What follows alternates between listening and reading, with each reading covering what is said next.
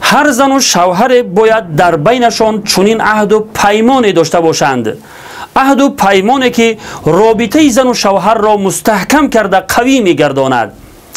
در روایات آمده است که حضرت ابو دردا شاگرد مکتب رسول الله صلی الله علیه و سلم به همسرش ام دردا فرمود: هنگامی که من عصبانی باشم، ناراض و غضبی باشم، تو مرا خشنود ساز، کاری کن که من از تو راضی شوم.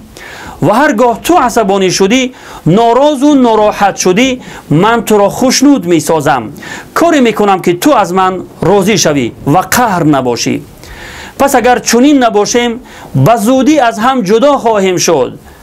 بله، هر زن و شوهری که در بینشان چنین عهد و پیمانی باشد و هر دو پایبند آن عهد باشند، بیشک آنها در زندگی مشترک زن و شوهری موفق می شوند و به آسانی از هم جدا نمی شوند.